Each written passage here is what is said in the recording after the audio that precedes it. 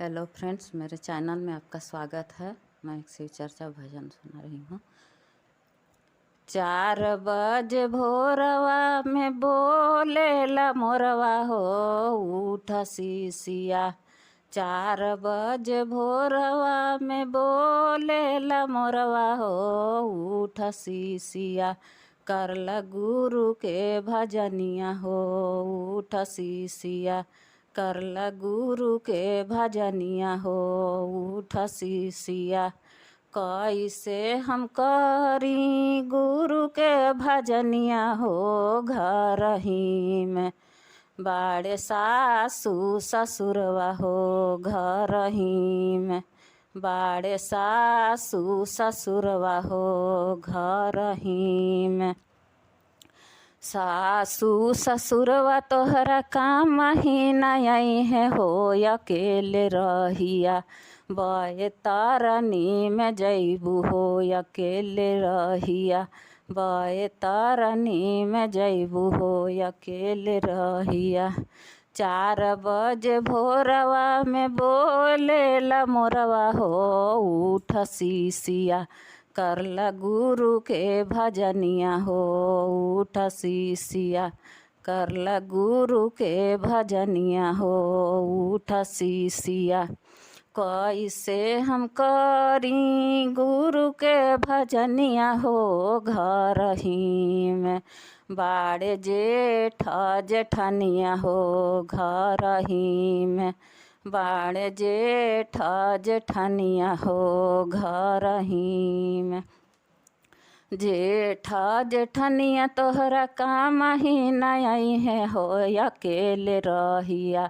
बय तारनी में जैबू हो अकेले रहिया। बय तारनी में जैबू हो अकेले रहिया।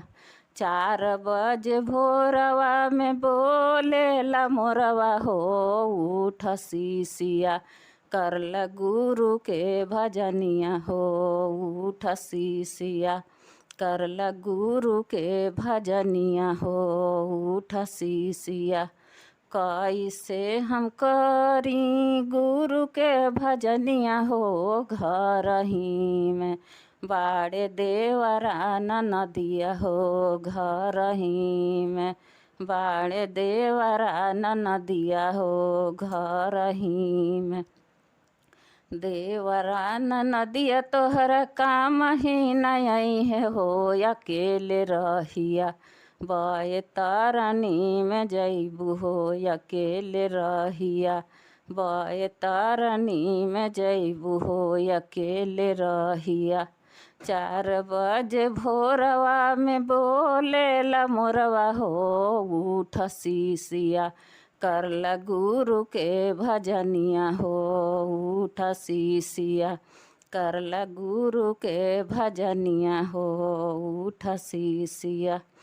कैसे हम करी गुरु के भजनिया हो घर ही में बाड़े से जके पुरखवा हो घर ही में बाड़े से जके पुरखवा हो घर ही में।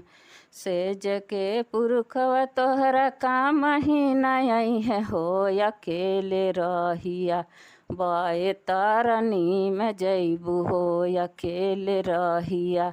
बय तारनी में जैबू हो अकेले रहिया। 4 बजे भोरवा में बोलेला मोरवा हो उठ शिशिया। करला गुरु के भजनिया हो उठ शिशिया। करला गुरु के भजनिया हो उठ शिशिया।